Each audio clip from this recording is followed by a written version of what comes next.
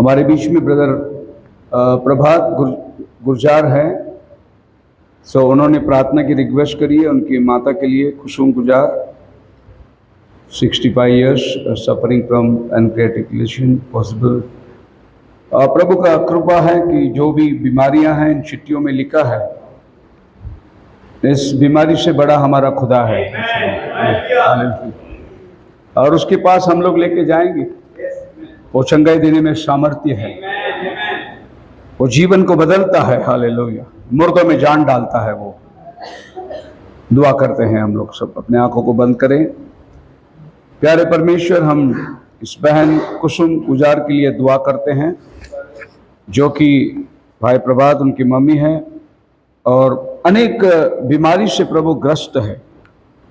उनको पेट की तकलीफ है प्रभु, कमजोरी है, शुगर की प्रॉब्लम है, आंखों में कमी घटियां हैं, डाइजेशन की प्रॉब्लम है और बहुत सारे रक्त संबंधित बीमारियां। और जिनने भी परमेश्वर ये भाई को यीशु मसीह चंगाई देता है, ये सुसमाचार मिला है, उस सुसमाचार को तेरे हाथों में देता हूं। तेरी बड़ी रहम हो प्रभु। हम तो नजदीक नहीं, लेकिन आप तो सारी दुनिया को देखते हैं। आपकी नजर अभी इस वक्त इस मां के ऊपर है प्रभु, और अपने पाक हाथों को आप उनको स्पर्श करिए। और हम कलीसिया मिलकर आपकी देह प्रार्थना करते हैं प्रभु, यीशु नाज़री के नाम से प्रभु इन्हें छू ले तो, हालेलुया, और तेरी महिमा उनमें देखने पाए।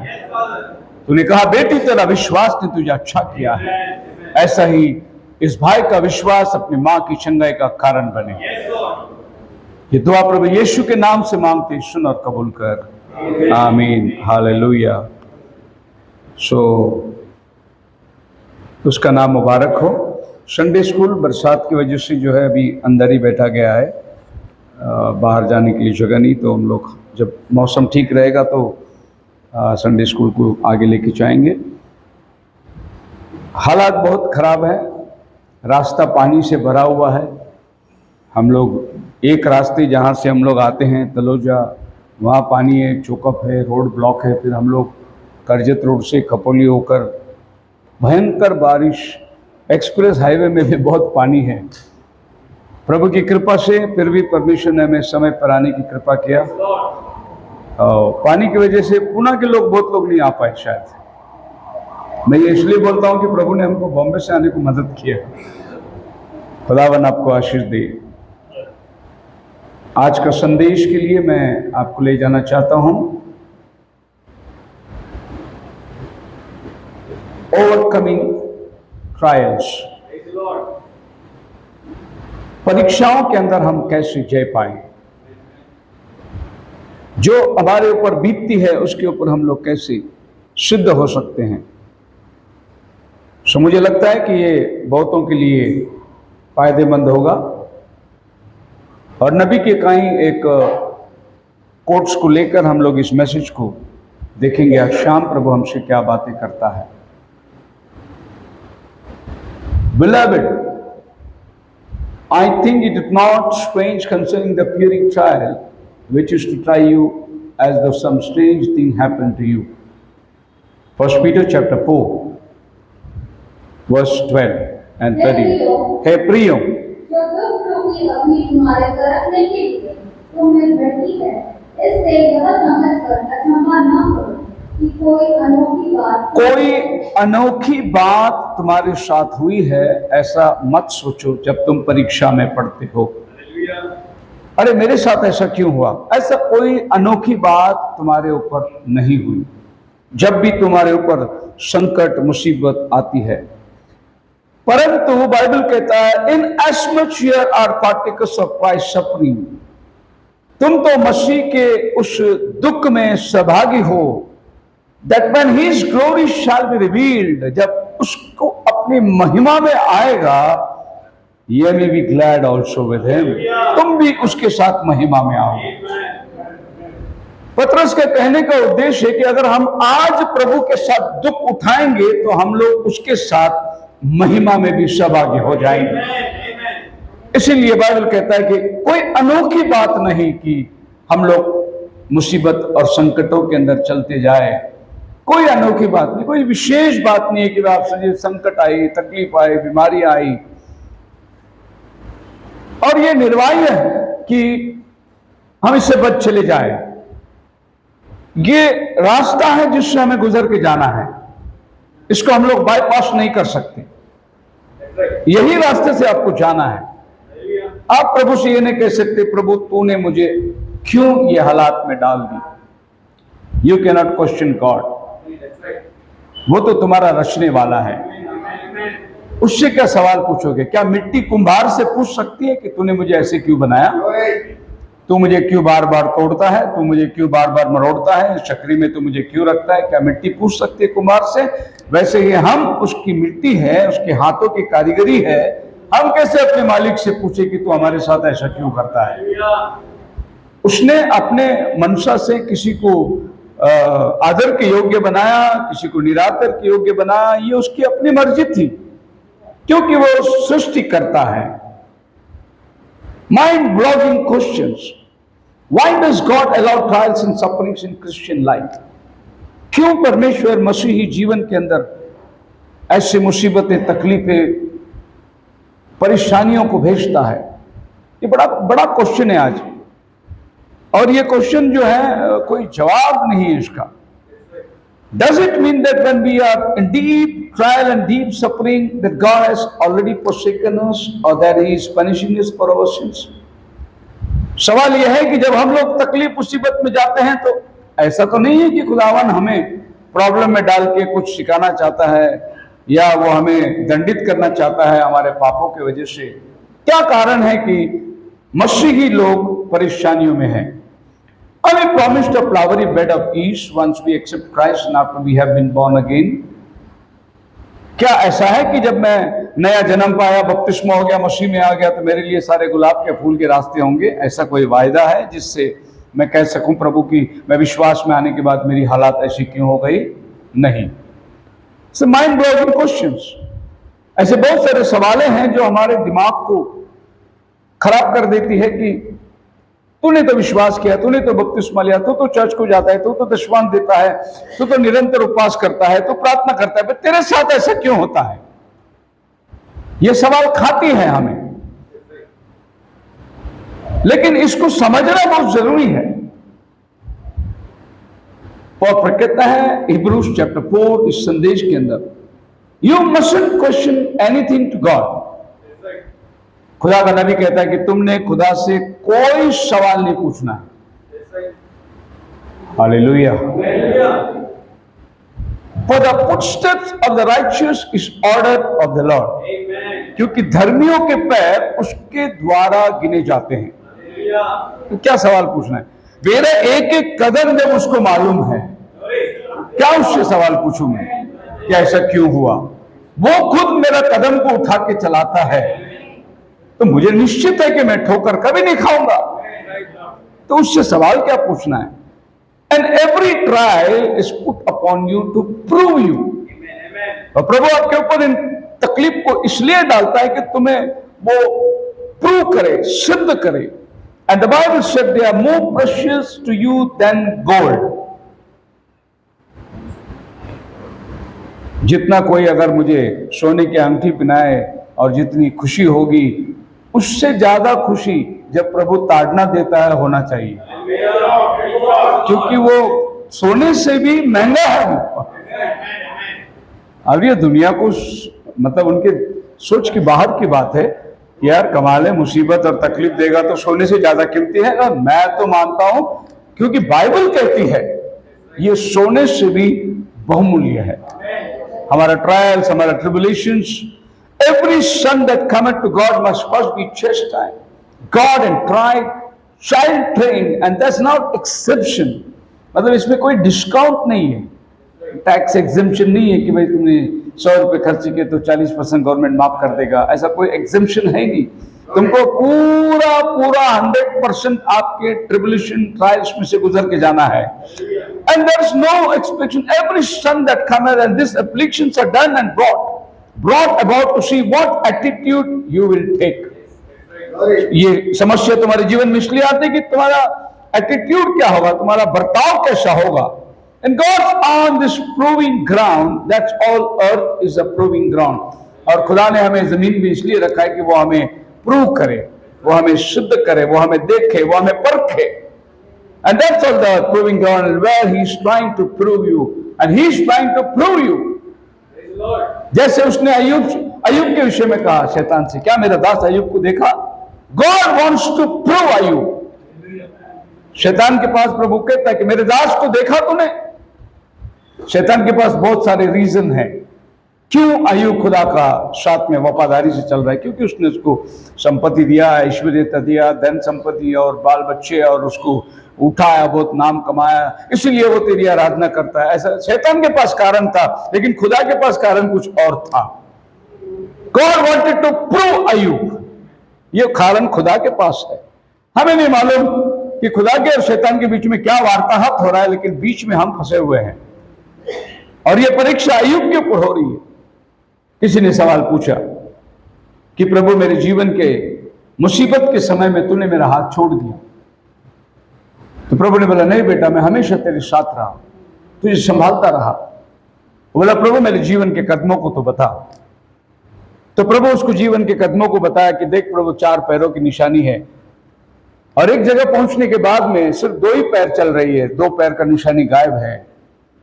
तो ये आदमी ने तुरंत बोला, देख प्रभु, ये वो जगह है जहां तूने मुझे छोड़ दिया था और मैं अकेला हो गया और मैं प्रॉब्लम में फंसा था. प्रभु यीशु कहते, बेटा वो तेरा नहीं, वो मेरा पैर का निशानी है. ऐसे कैसे? बोले, मैंने तुझे अपने गोद में उठा लिया था, वो निशानी तेरे पैर की नहीं, मेरे पैर की निशानी है. बहुत से बार हमारे जीवन के अंदर जब प्रॉब्लम्स आता है, हमें नहीं मालूम, पर परमेश्वर हमें अपने गोद में उठा लेता है और प्रॉब्लम को आगे गुजारने के लिए वो हमें सहायता करता है. You are not a baby anymore. विश्वास लेके, बपतिस्मा लेके आप सिर्फ बड़ी घमंड की बातें ना कहे कि मेरा 10 साल हो गया, 15 साल हो गया, 20 साल हो गया. सबसे पहली बात, आप बालक नहीं हैं, आप अभी समझदार है, प्राउड है. When it looks like everything gone wrong, जब ऐसा दिखाई देता है कि सब कुछ अब खत्म हो गया है, God's giving you a trial. प्रभु तुम पर उस परीक्षा को लेकर आता है. He's got confidence in you. खुदा को हमारे ऊपर भरोसा है. उसको मालूम है कि मेरा बेटा कभी मेरे तिरस्कार नहीं करेगा. Hallelujah. And he don't have to baby you around. जैसे बच्चे को हम लोग लाड़ा गोड़ी लगाते हैं, बेटा खा ले, बेटा मान ले, बेटा पापा कह रहे हैं, मम्मी कह रहे हैं. प्रभु को तुमको ऐसा कहने की जरूरत है ही नहीं. You are not baby all around. Hallelujah. You are not hotbed plant, a hybrid plant. आप वो फूल नहीं है जिसको आपको सजा के रखना है, ग्रीन टावर बनाना है, धूप डायरेक्ट नहीं लगना है, हवा नहीं डायरेक्ट लगना है, उसको छांव में रखना है, उसको खाद देना है. आप वो पेड़ नहीं है. You are not a hybrid seed. देखिए वो पटरी के किनारे में रहती है, वो फूल का झाड़ जंगली जो उठ के आती है, ट्रेन जाता है, भग भग भग धुआं मारता है, वो हिलती है धुआं में, फिर वो चमकते रहती है. उसको कौन सा ग्रीन हाउस है, कौन सा व्हाइट हाउस है, उसको कौन पानी दे रहा है, उसको कौन संभाल रहा है. कहने का मतलब मेरा ये है कि you are not hybrid, you are a rugged person.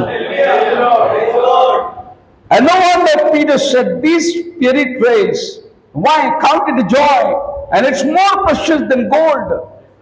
जब ये परीक्षाएं तुम्हारे ऊपर आती हैं, बाइबल कहता है आनंदित हो जाओ, दुख मत मनाओ, शोक मत करो. And many times, well, if I, and if that, and well, that is something God gave you to overcome. And He knows you will do it. प्रभु चाहता है कि तू जय पाएगा. वो चाहता है कि तू जय पाएगा, और उसको मालूम है कि तू जय पाने वाला है, इसीलिए तेरे ऊपर संकट को लेकर आया. And He's put His trust in you, और वो तुम पर भरोसा करता है. तो हम लोग जब खुदा से सवाल पूछते हैं तो उसका भरोसेमंद हो जाते हैं, उसके भरोसे को हम लोग ठेस पहुंचाते हैं. जैसा अय्यूब ने कहा, प्रभु से केवल सुख ही लेना है, दुख नहीं लेना है. मतलब वो प्रभु से दुख भी लेने को तैयार है. इसीलिए प्रभु कहता है शैतान से, मेरा दास अय्यूब को तूने देखा कि वो कैसे मेरी आराधना करता, कैसे मुझसे प्रेम करता, कैसे मेरी आज्ञाओं को मानता. दुनिया के पास में आपका वजह बहुत होगा। ये चर्च को इसलिए जाता है, चर्च वाले इसको मदद करते हैं, दुनिया की नजर ऐसी है। ये चर्च में इसलिए जाता है कि इसको लोग पैसे देते होंगे। आज दुनिया जो डिंडोरा पीट रहा है, पैसे दिए, कन्वर्ट किए, पैसे दिए, मसीह बनाए, कोई पैसा नहीं देता, कोई नहीं देता। एक आदमी ने वीडियो बना के भेजा था, बोले अरे उसका वॉइस रिकॉर्डिंग मेरे को भेजा, बोले पास्टर शेखर उल्लासनगर से 300 विश्वासियों को राशन दे के इधर लेके गया। मैंने उल्लासनगर में खड़ा रह के पूछा, भाई कितने लोगों को मैंने राशन दे, जरा हाथ ऊपर उठाओ। और जिसने बोला 300 लोग को लेके गया, उसको मैंने जवाब दिया, भाई मेरे पास 100 लोग है, बाकी 200 किधर गए, तू ही ढूंढ के दे। तेरे लिस्ट में 300 है, पर इधर तो खाली 100 बैठे हैं, बाकी 200 कहाँ गए, जरा तू ही ढूंढ के लेके आ। बाद में उसने फोन किया, बोला सॉरी पास्टर, मैं गलत सुना था। ये गलत सुन के अफवाह उठा रहे हैं, सही क्या है तुम्हें मालूम नहीं। Hallelujah, you are proved to be, तुम परखे गए हो। और डावाडोल करने वाले विश्वासी नहीं है। पहला पत्रस पहला अध्याय 7 वचन के अंदर लिखता है, जैसा सोना अग्नि में डालकर ताया जाता है, उसी तरीके से So the purpose of this trouble is to test your faith, as fire tests how genuine the gold is. जैसे अग्नि इस बात को ठहराती है कि सोना कितना शुद्ध है, वैसे ही संकट मुसीबत विश्वासियों को ठहराता है कि वो कितना पक्का बिलीवर है, कितना अच्छा विश्वासी है। Praise the Lord, hallelujah. जो प्रॉफिट के पीछे हम लोग चलते हैं, अगर उसके जीवन को आप देखोगे तो माय लाइफ स्टोरी, कभी मौका मिला तो पढ़ लेना। अगर आपका पास वीडियो है तो आप उसको देख लेना। माय लाइफ स्टोरी, वीडियो नहीं मतलब कैसेट, बुक से तो पढ़ लेना। उसमें प्रॉफिट का परिस्थिति को देखना। मैं उसके मापित कोई दुख नहीं उठाया, ऐसा आदमी हूं। एक जगह बाढ़ के वजह से उसकी पत्नी, उसके बच्चे बस अब मरे जा रहे हैं, लेकिन दूसरी तरफ से आवाज आ रहा है हेल्प करके। ये खुदा का बंदा सोच रहा मैं मेरे परिवार को मदद करूं या इसको मदद करूं। वो अपने परिवार को छोड़कर उनको मदद करने जाता है। जब वापस आके देखता है, उसका बच्ची, छोटी बच्ची प्रभु के पास चली गई। उसके बाद उसकी पत्नी भी प्रभु के पास चली गई। उसके पास बच्चा बिली पॉल, एक अकेला लड़का, और उसकी पत्नी मरने के टाइम पे उसके साथ में एक कसम खाई, बोले कि मेरे मरने के बाद तुम दूसरी शादी करना, इसलिए कि इस लड़के को एक मां चाहिए। मैं और कोई मकसद से नहीं बोलूंगा, लेकिन इस बच्चे को एक माँ का प्यार चाहिए, इसके लिए तुमको दूसरा शादी करना ही पड़ेगा। सो ब्रदर ब्रैनम ने उसको जवाब दे दिया था, ठीक है मैं शादी करूंगा। और बाद में उसके जीवन में वो दूसरी शादी उसलिए किया कि वो बच्चे की देखभाल हो सके। दूसरा भाई ब्रैनम को शादी करने की कोई इच्छा नहीं थी।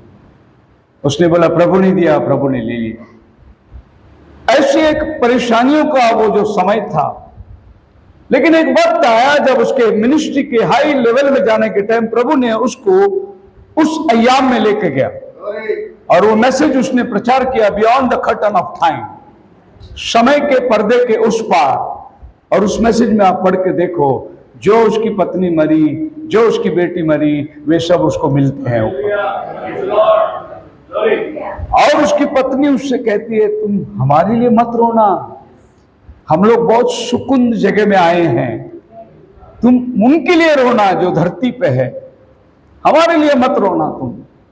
मतलब भाई ब्रैनम बोलते हैं कि उस दिन तक मैं शौक करता था कि मेरा बेटी गई, मेरे पत्नी गई, लेकिन उस दिन मैंने जाना कि वो भला जगह पे गए हैं, अच्छे जगह पे गए हैं, तो मैं उसके लिए क्यों रोना।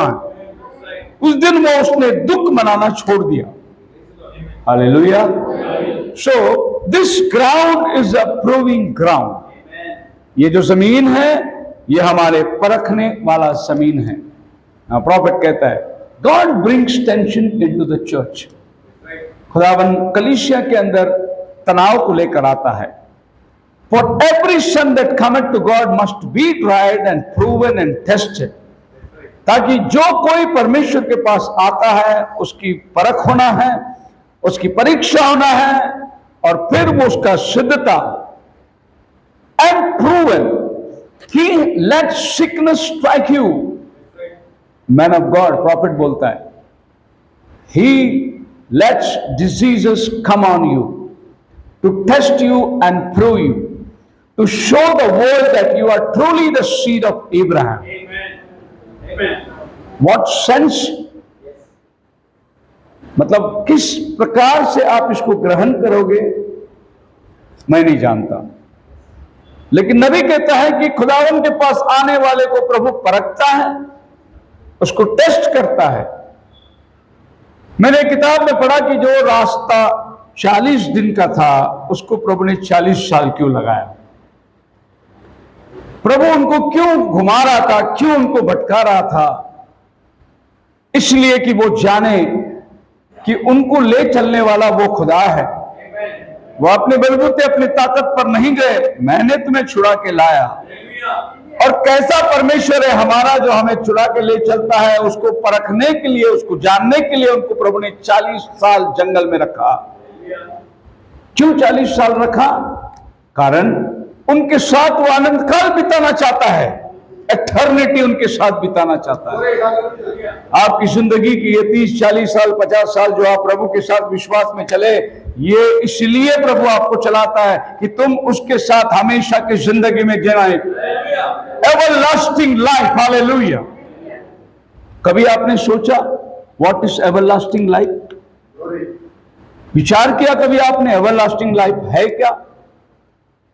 वहां मरण नहीं है, वहां आंसू नहीं है, वहां दुख नहीं है, वहां बीमारी नहीं है, वहां शोक नहीं है। क्या है इटर्नल लाइफ? क्या है? हमेशा हमेशा के लिए आप खुदा के साथ रहोगे, उसके लिए आप बुलाए गए हो। You are called for eternal life. ये छोटी मोटी जिंदगी की सवालों को लेकर आपको ठोकर लगने का वजह बनना ही नहीं चाहिए, क्योंकि आप हमेशा की जिंदगी के लिए बुलाए गए हो। ये लाइफ टेम्पररी है, वो लाइफ परमानेंट लाइफ है। उस लाइफ के लिए प्रभु आपको सिद्ध कर रहा है और हमें उसने परीक्षा में डाल दिया है। बोलो हालेलुया। सो जो प्रॉफिट इसको एक्सप्लेन करता है वो इस तरीके से उसको एक्सप्लेन करता है कि हम सब परमेश्वर के साथ थे, उसके ख्यालों में, उसके विचारों में हम लोग पल रहे थे। जब समय आया तो परमेश्वर ने हमें ये धरती में लेकर आया।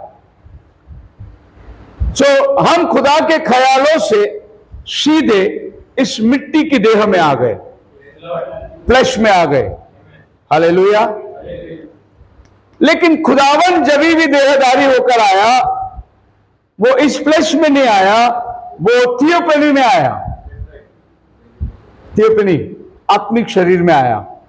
अब्राहम के साथ, मनोहा के साथ, इन सभी लोगों के साथ में जब एंजल ऑफ द लॉर्ड बन के आता है, वो थियोपनी में आता है। हमको प्रभु ने थियोपनी में नहीं डाला, हमको डायरेक्ट प्रभु ने इस फ्लैश में डाला, मिट्टी के शरीर में डाल दिया। लेकिन वो जब भी आया पुराना नियम में, वो थियोपनी में आया। ये शरीर से पाप नहीं होता, ये शरीर से आपकी गिरावट नहीं है।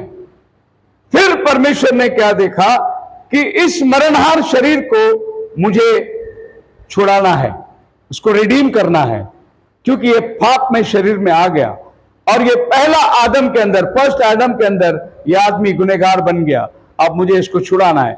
सो फिर परमेश्वर ने क्या किया, अपने दिए पौने को बाईपास करके वो फ्लैश में आ गया, मरियम के गर्भ में आ गया। वो अभी उसने अपने थियोपनी को छोड़ दिया, वो इस फ्लैश में आया और इस फ्लैश के अंदर उसने मरण को अपनाया और ये मरण हर आदमी को उसने फिर से एक नई जिंदगी दी कि ये आदमी जब रैप्चर होगा वो थियोपनी बॉडी में आ जाएगा और इस थियोपनी बॉडी के अंदर वो खुदा के साथ में इटरनली अमन खाली जीवन बिताएगा। हालेलुया। सो हमें बाईपास करके यहां भेजा गया, लेकिन खुदावन फिर हमारी तरह आकर इस मिट्टी की देह में उसने हमारा सारा काम को चुकाकर फिर से हमें एक आश्वासन दे दिया कि मैं आऊंगा, तुम्हें ले जाऊंगा, जहां मैं रहूं वहां तुम भी रहोगी। और हम लोग जब इस शरीर से बाईपास होके जाने वाले हैं तो पहले हम इस शरीर में आने वाले हैं। इस शरीर के अंदर हम लोग प्रभु यीशु मसीह के साथ 1000 साल इसी धरती पे राज्य करने वाले हैं, इस शरीर में। हालेलुया। क्योंकि मिलेनियम के अंदर जब आप प्रभु के साथ में हैं तो आप पाप रहित देह में नहीं हैं, आप सुपर नेचुरल बॉडी के अंदर हैं। फिर ये बातें तो हैं, सुनने को तो अच्छी लगती है, पर क्या ऐसा हुआ है? क्या ऐसा होता है? क्या? हाँ, बिल्कुल होता है। आप जेनेसिस की पढ़ने की जरूरत नहीं, घर पे जाके पढ़िए। जेनेसिस 18 अध्याय के अंदर आप पढ़ना कि खुदावन 3 रूप के लिए 2 फरिश्ते और अब्राहम के घर में प्रभु आ गया। अब ये तीनों एंजल जो है ये थियोफनी बॉडी में है, और इस थियोफनी बॉडी में वो अब्राहम के घर में चल के आते हैं। इसमें से 2 एंजल है और एक जो है प्रभु है। अब्राहम ने उनका पैर धोया, मतलब आपकी थियोफनी बॉडी में पैर है। उनका पैर धोकर उनको बोला कि आप लोग पधारे, मैं आपके लिए भोजन बनाता हूं। और अब्राहम दौड़ कर गया, सारा को बोला खाना पका जल्दी, फूल। और अब सारा फूल के बना रही है। अब्राहम ने एक जानवर को लिया, उसको काटा, उसको तैयार किया और एक उत्तम पकवान बना के प्रभु इनके पास में ले गया, और ये लोग खाकर तृप्त हुए। इसका मतलब थियोफनी में आप खाना भी खा सकते हैं। मिलेनियम में आप खाना खाने वाले हैं। अभी आपको पिज्जा मिला होगा, नहीं मिला होगा, खाया होगा, लेकिन यहां से हम खाने वाले हैं, पिज्जा खाने वाले हैं। मिलेनियम में सब जो आपका मनपसंद खाना सब आपको मिलेनियम में मिलने वाला है। आप बोलेंगे थियोफनी में खाएंगे, ये खाए थे थियोफनी में, तो हम भी खाने वाले हैं। हालेलुया। क्योंकि हम लोग इसी धरती पर रहने वाले हैं, और इसी धरती पर हम वही अनुभव करेंगे जब वो धरती पर उतर कर आया था। अब परिवर्तन कैसा होता है, रैप्चर कैसा होता है? जब ही इन्होंने अब्राहम से बात करी तुझे संतान होगा, तो सारा तंबू के पीछे बैठी थी और वो हंस पड़ी।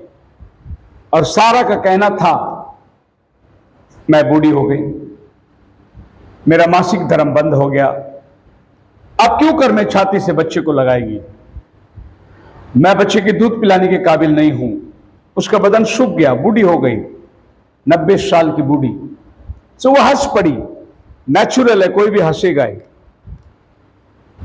लेकिन प्रभु अब्राहम से कहते हैं सारा क्यों हंसी? सारा तंबू के पीछे से बोल रही है मैं नहीं हंसा, लेकिन सारा हंसी मन में। मन में हंसने का मतलब कैसे? बाइबल ऐसे लिखा है, वो मन में हंसी। हंसने का मतलब कैसे? अभी कोई कुछ बोलता होगा, समझो कभी कभी पति पत्नी को बोलता है, नहीं क्या, डर मत, मैं कल मैं आने के टाइम पे एक अच्छा साड़ी लेके आऊंगा तेरे को। तो पत्नी कैसी हंसती? एक नकल वाला हंसी होती है ना, आया बड़ा लेके आने वाला, अभी तक से लाया नहीं, अभी कल लाने वाला है। ऐसा एक नकल वाला हंसी हंसी, अरे मैं क्या हो गया, मेरे साथ अभी बच्चा होने वाला है, जब बुलाया तब नहीं प्रभु ने कुछ किया, अभी तो मैं खत्म हो गई, अभी क्या होने वाला है। वो अपने आपे पर अविश्वास को प्रकट कर रही है। तब खुदावन फिर कहता है क्या परमेश्वर से कुछ काम असंभव है? अगले साल द टाइम ऑफ लाइफ, आप पढ़िए उस वचन को, इसमें क्या मर्म छुपा हुआ है मैं आपको बताना चाहता हूं। जेनेसिस चैप्टर 18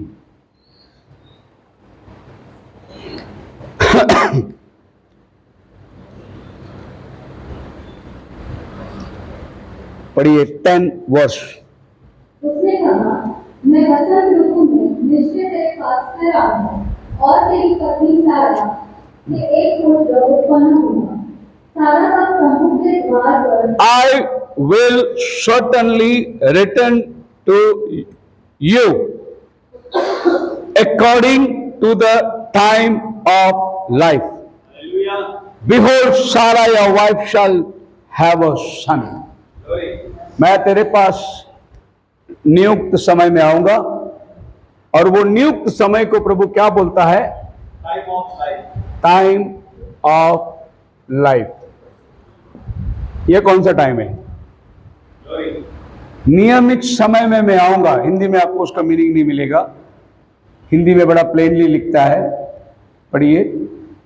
उसे कहा, मैं वसंत ऋतु में निश्चय तेरे पास वसंत ऋतु में, टाइम ऑफ लाइफ। वसंत ऋतु मतलब जब धरती में वो ग्रीष्म काल आती है, जब ये फूल पौधे सब उगते हैं, यानी फलदायक होते हैं, स्प्रिंग टाइम जिसको हम लोग बोलते हैं। मैं तेरे पास आऊंगा, और नियमित समय ग्रीष्म काल करके लिखा है, इंग्लिश में लिखा है टाइम ऑफ लाइफ। दूसरे शब्दों में प्रभु सारा को कह रहा है, नेक्स्ट 28 डेज में तेरा मेंसेस चालू हो जाएगा। That is the time of life. तेरे जो तूने जो बोला ना, मेरा मासिक धर्म बंद हो गया, वो मैं चालू करूंगा पहला। क्योंकि एक औरत का जीवन में टाइम ऑफ लाइफ वही होता है जब वो बच्चे को गर्भ धारण कर सकती है। सो खुदावन कहता है कि नेक्स्ट ये साइकिल में टाइम ऑफ लाइफ, अगला साल नहीं, नेक्स्ट पीरियड में मैं तेरे पास आऊंगा, और ये साइकिल से तो गर्भवती होगी, और ठीक 9 महीने में तेरे हाथ में संतान होगा। अब प्रभु ने क्या किया? सारा का लाइफ को स्पर्श कर दिया, छू लिया, और 90 साल की बूढ़ी जो है, अभी उसका बॉडी का ट्रांसफॉर्मेशन हो रहा है, उसका हार्मोन्स चेंज हो रहा है, अब वो गर्भ धारण कर रही है, और ये सारा जो है वो आगे चलकर ऐसा हो गया, एक जवान लड़की बन गई। क्या बन गई? चलो बताता हूं कैसे जवान लड़की बन गई। आइए आगे 20 अध्याय के अंदर, और उसका पहला वचन से पढ़िए। फिर अब्राहम वहां से निकलकर दक्षिण देश में आकर कादेश और शूर के बीच में ठहरा और गरार में रहने लगा।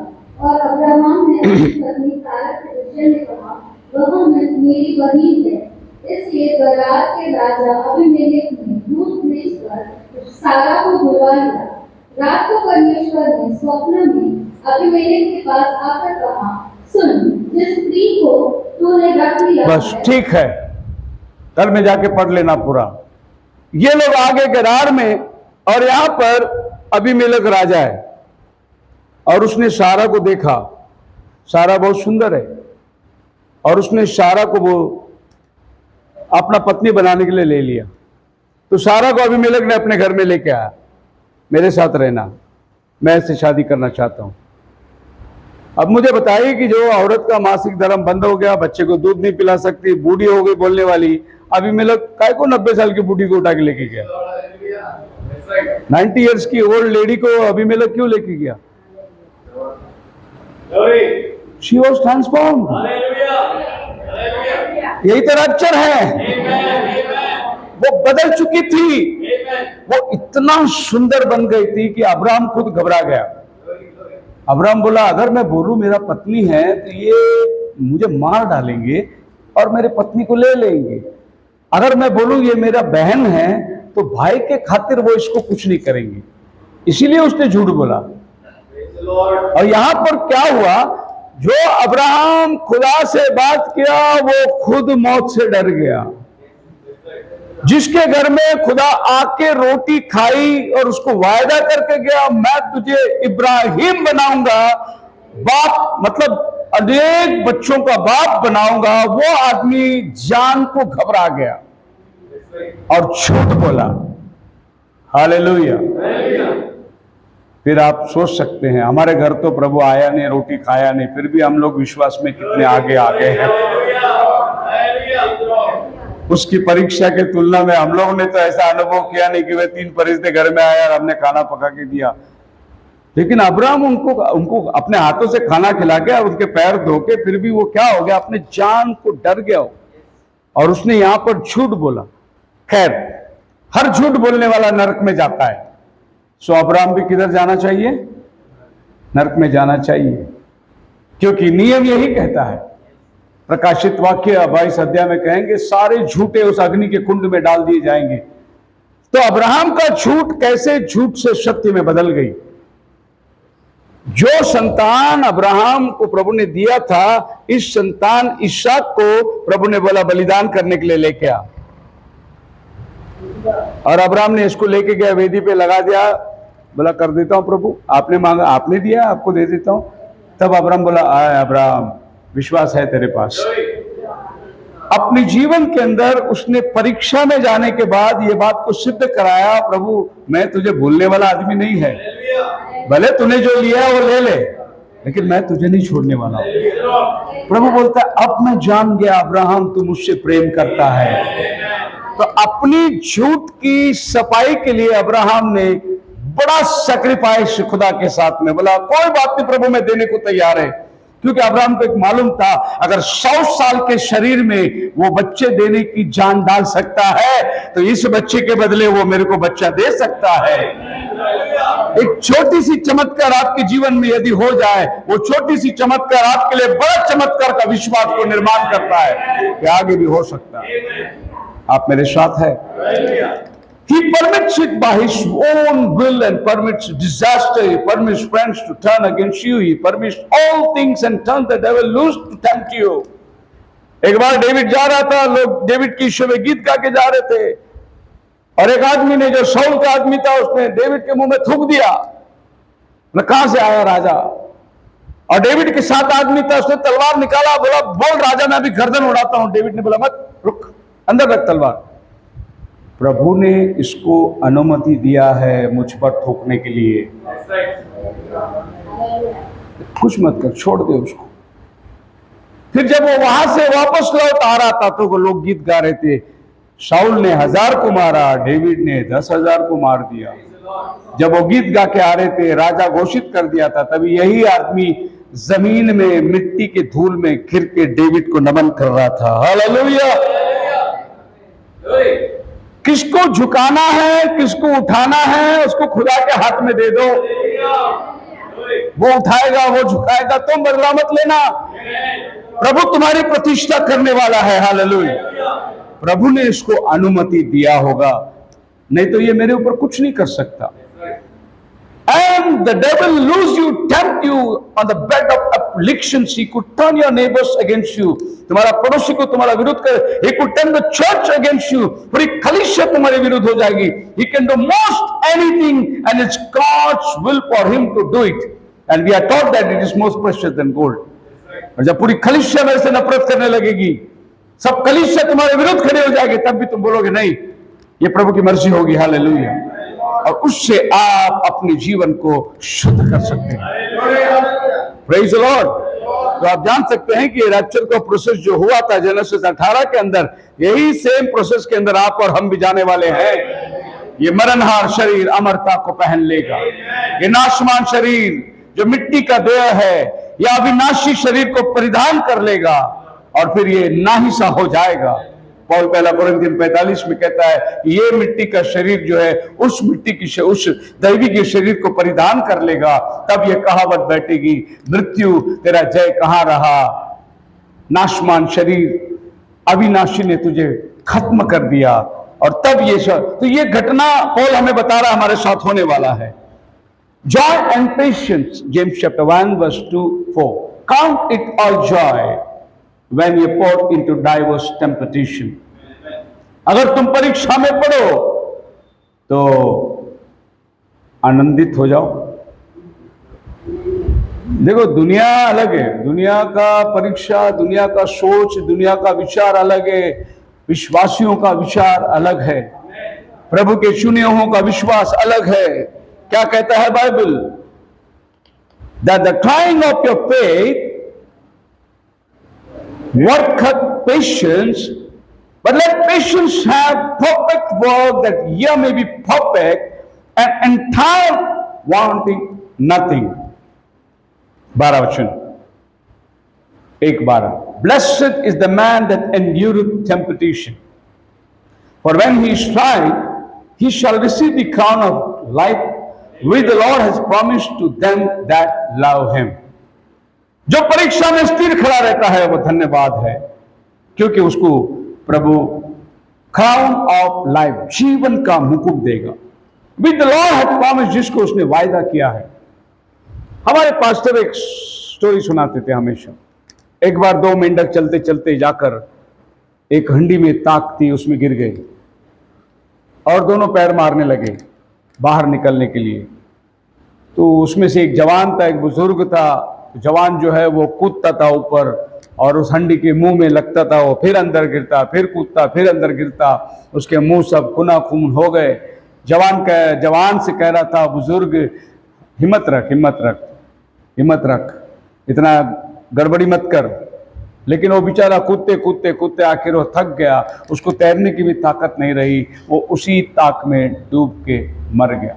लेकिन ये बुजुर्ग जो था वो कुछ कोशिश नहीं किया, वो बस अपना पैर मारता रहा, मारता रहा, मारता रहा, और वो ताक मक्खन बन गई और उसको जमीन मिल गया पैर रखने के लिए। एक जंप मारा, वो बाहर निकल गया। यही बाइबल बोलती है, जब आपको when you are tried he shall crown, no, when you are tried let patience have perfect work। आपका जो धीरज है वो सही काम में लेके आओ, and that year may be perfect and entire। जब आप उसमें परफेक्ट निकलोगे तो फिर परमेश्वर तुम्हें आगे लेके चलता है। बोलो हालेलुया। सो हम परीक्षा में पड़ जाए तो भी हमारा हाथ पैर चलते रहना है। हम परीक्षा में पड़ जाए तो लोग हम प्रभु की महिमा में बने रहना चाहिए।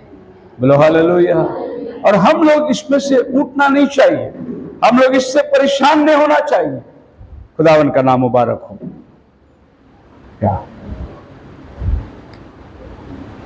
क्या हुआ है सिस्टर? प्रार्थना करेंगे, सब अपने आंखों को बंद करें, दुआ करते हैं। हमारे ईश्वर के पिता, हम इस बहन के लिए प्रार्थना करते हैं जो भी बेचैनी है, परेशानियां हैं। हम जानते प्रभु ये परीक्षा का समय है, ये धीरज धरने का समय है प्रभु, और जरूर ऐसे काम हमारे शरीर में कमजोरी के नाते ये बात को दर्शाया जाएगा प्रभु। लेकिन तू शक्ति देने वाला, तू सामर्थ्य देने वाला, इस बहन को छू ले प्रभु। यीशु मसीह नाजरी के नाम से मांगते हैं, आमीन। या सिस्टर को थोड़ा पानी पिलाओ, हवा, उसको हवा आने दो उसकी तरफ में।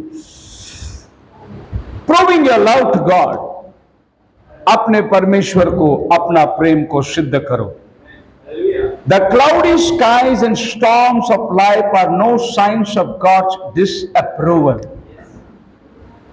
आसमान में बड़ी तूफान उठ गई है, बादल लाल हो गया है, इसका मतलब ये नहीं कि तुम्हारे ऊपर संकट आने वाला है। Neither are the bright sky and still water signs of love approval। ना ही ये समझो कि जीवन खुशहाली है, अच्छी तरीके से चल रहा है, प्रभु मेरे साथ है। ये दोनों भी लक्षण गलत है। तुम्हारे जीवन में परेशानियां हैं, तकलीफ है, मुसीबत है, तो ये मत समझना खुदा छोड़ दिया है, और तुम्हारा जीवन अच्छी चल रही है तो ये मत समझना खुदा मेरे साथ है। दोनों भी धोखादायक है। हालेलुया। ये प्रॉफिट बोलता है, his approval of any of us is only in the beloved. तो खुदा की मंजूरी जो है केवल उसके अपने प्रिय लोगों के साथ है। हिज लव इज इलेक्टिव, उसका प्यार जो है वो चुना हुआ प्यार है। वो ऐसे ऐरे गैरे से प्यार नहीं करता, वो चुने हुए से प्यार करता है। He had called us before the foundation of the world। दुनिया बनाने से पहले वो हमें जानता है। Does he love us? Yes, but how shall we know? प्रभु हमसे प्यार करता है, बिल्कुल, पर कैसे हम जाने कि वो हमसे प्यार करता है? We shall know because he said so। कैसे हमें मालूम है कि वो हमसे प्यार करता है? क्योंकि उसने कहा मैं तुमसे प्यार करता हूं। हमारे लिए वो काफी है। Because he said, क्योंकि वो कहता है मैं जो कहता हूं आकाश पृथ्वी टल जाएगी, मेरी बातें कभी न टलेगी। क्योंकि उसने कहा and manifested that he did love us। और फिर उसने अपने वचन को पूरा करने के लिए देहधारी होकर आया, क्रूस की मौत को सहन किया। And he brought us to himself and gave his spirit, placing us as sons। और फिर उसने अपने अंदर हमारी आत्मा को ढेल दिया, हमें बेटा और बेटियां कहा। And how shall I prove my love to him? फिर मैं अपने प्रेम को कैसे उसके लिए दर्शाऊं? By believing what he said. सिर्फ उसने जो कहा उस पर विश्वास करके, and by conducting myself with joy amid the trials, और मैं अपने आप को उन परीक्षाओं में भी आनंदित रहकर खुदा को धन्यवाद देना है। That is his wisdom allows to come to pass, और उसके बाद उसका बुद्धि जो है हमारे जीवन के अंदर क्रियाशील हो जाता है। हम कैसे अपने प्यार को उसको दर्शाएं? बीमार हो गया, हमारी बीमारी के अंदर भी प्रभु को हम धन्यवाद देते हैं। हम अपने प्यार को जताने का यही एक जरिया है। मैं ठीक हो जाऊंगा ना, मैं प्रभु को दान दूंगा, नहीं, वो जरिया नहीं है। मैं ठीक हो जाऊंगा ना, मैं ये कर दूंगा, नहीं, वो जरिया नहीं है। तू बीमार के हालात में रहकर खुदा से कहे कि मैं तुझसे प्रेम करता हूं, यही एक वजह है आप अपना प्यार खुदा को दर्शा सकते हैं। सफर टू रीन, हम उसके साथ में दुख उठाएंगे इसलिए कि हम उसके साथ राज्य भी करेंगे। तो मैं उसके साथ हर दुख उठाने के लिए तैयार हूं, क्योंकि मुझे उसके साथ राज्य करना है। Unless we suffer with him, we cannot reign with him. Profit बोलता है जब तक तुम उसके लिए दुख नहीं उठाओगे तुम उसके साथ राज्य नहीं कर सकते। You have to suffer.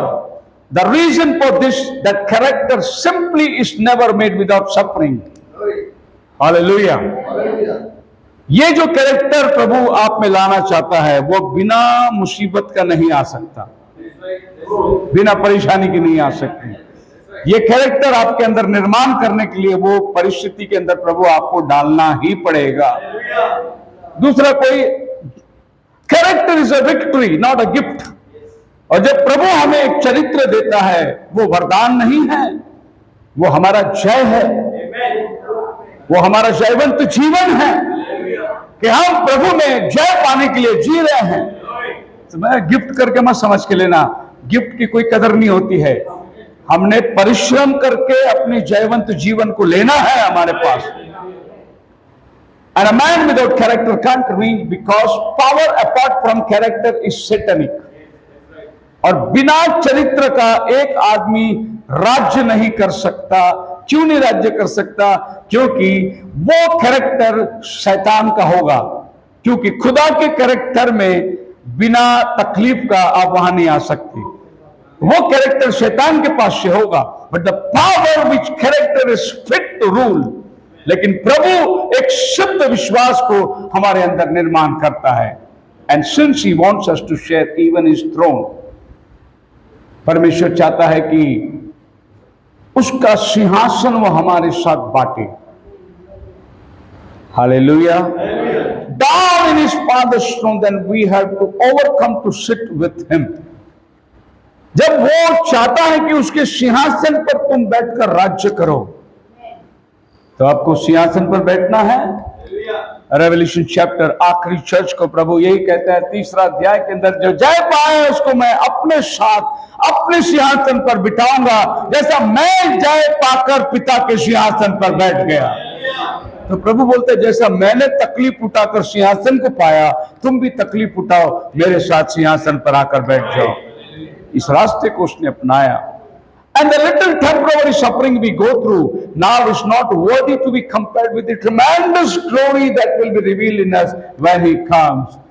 और आज ये छोटे मोटे परेशानियों के अंदर से जब हम गुजरते हैं, ये कोई मायने नहीं रखता। जब हम वो महिमा में आएंगे, उसके साथ सिंहासन पर आएंगे, उसके साथ ये पृथ्वी पे राज्य करेंगे, ये तकलीफ उसके सामने कुछ भी नहीं है।